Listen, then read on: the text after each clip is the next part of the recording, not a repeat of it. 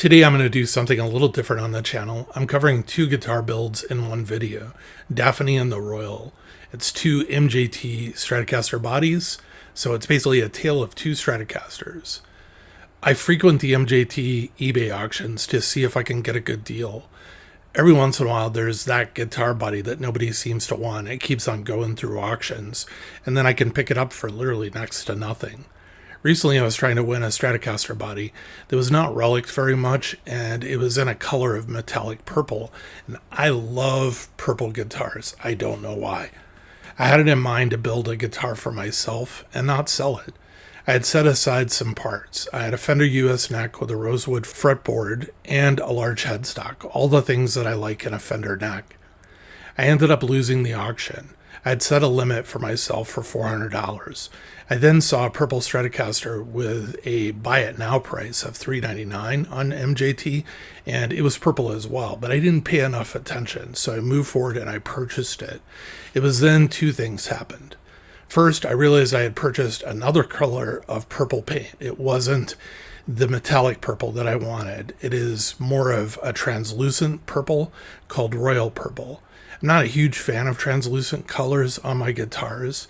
I was a little disappointed, but was committed to moving forward since I had already paid for it. Then the second thing happened. The winner of the other body, I guess, backed out of the deal. So they offered it up to me for $400 as I was the runner-up winner of the auction. I was tapped out though, so I let it go and decided that I'd move forward with Royal, the guitar body that I had already purchased. Not to stop the theme of using Fender US parts, I also had a loaded pickguard that was from a Fender US American Vintage to Stratocaster, 73 Stratocaster, to use in this project. I picked it up from stratosphere.com. The bridge and all the other parts were also Fender-made parts. I also decided to shield the cavity of the body, as I'd experienced with the American Vintage 273 pickups prior and found that they're kind of on the noisy side. So I wanted to nip that in the butt right away, right from the get-go. Yes, I am trying to use as many colorful expressions as possible in this video. This was a really easy guitar assembly since I was not really manufacturing anything. I was installing major components. I installed a bridge. That was easy because MJT pre-drills for a vintage style 2 7/3/4 mounting spacing bridge. It just drops right in. You do have to drill your holes for the tremolo spring claw, but that's pretty easy with the right tools. I get a lot of questions about the tools that people see me using in the videos. I use two tools on a regular basis that really help me make assembly of a Stratocaster really an easy experience. First, I use a 7/64 by 12-inch extra long drill bit to drill the holes for the tremolo claw. This has served me well on many bridge installations. Having the length and the drill away from the body of the guitar really decreases my chances of damaging the finish on the guitar, and it also helps me get the right angle of the holes. Next, I use a number 2 Phillips screwdriver that's 12 inches long. The one you see me using, I've had for literally over 30 years. There's so many uses where you need room to move. I'm able to have the handle and my hand at the end of the body instead of trying to move around inside of the tremolo spring cavity on the guitar. Using the longer drill bit, you'll have less of a chance of scratching the finish or damaging the finish on the guitar. Moving on. I ended up not liking the Fender US neck with the rosewood fretboard on this guitar body. I pulled it off and instead I installed a Fender 1970s reissue made in Mexico 3-bolt neck and maple with a bullet truss rod. This I found I really liked, and it played well too, which is the most important thing. I did have to forego the factory recommended height adjustments for the pickups and just adjust by ear. When I set the pickups to the factory heights for bass and treble strings, the guitar did not sound well at all.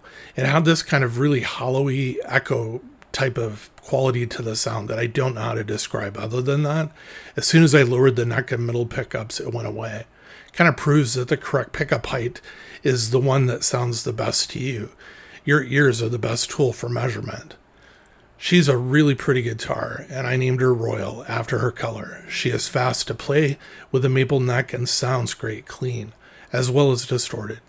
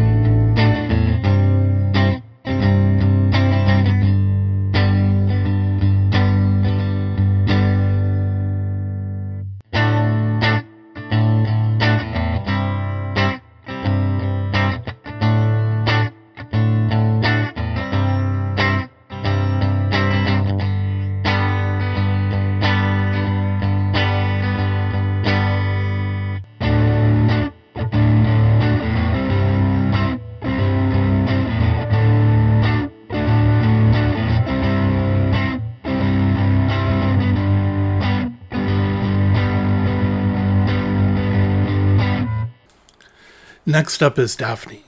Daphne, she's an unassuming guitar and showing some road wear. Where Royal is shiny and new looking with only some finish checking here and there, Daphne in her Daphne blue finish has been aged kind of heavily by MJT. She shows wisdom and experience, that beauty that only comes with age. I decided to finish out the look with Daphne by adding a Mr. G 508 Stratocaster neck that's also aged, that I had removed the Fender sticker from, and I had had for quite a while, just not installed on a guitar. For the internals, I had a set of Fender Ventura 60s vintage Stratocaster pickups that I built out then a modern wiring harness for. In my opinion, the Fender Ventura and Ventura 2 lines of pickups are the undiscovered country when it comes to value for what you pay. Basically, you can pick up any of the lines of the Ventura or Ventura 2 pickups new for less than $150, and they go for even less for used sets. Daphne was an easy assembly right from the start. Yes, another colorful expression. Everything just went together without effort, the way she was supposed to. I followed the wiring diagram that came with the pickups from Fender. The instructions were the size of the comics you used to find inside of a piece of bazooka bubblegum, but I was able to replicate them easy enough regardless. She tuned up and was easy to intonate. It's a very special moment for me, the very first time I hear a guitar play through the benchtop amp I have in my shop. Sort of like hearing a baby cry for the first time after birth. When plugged into the amp, Daphne is warm and inviting.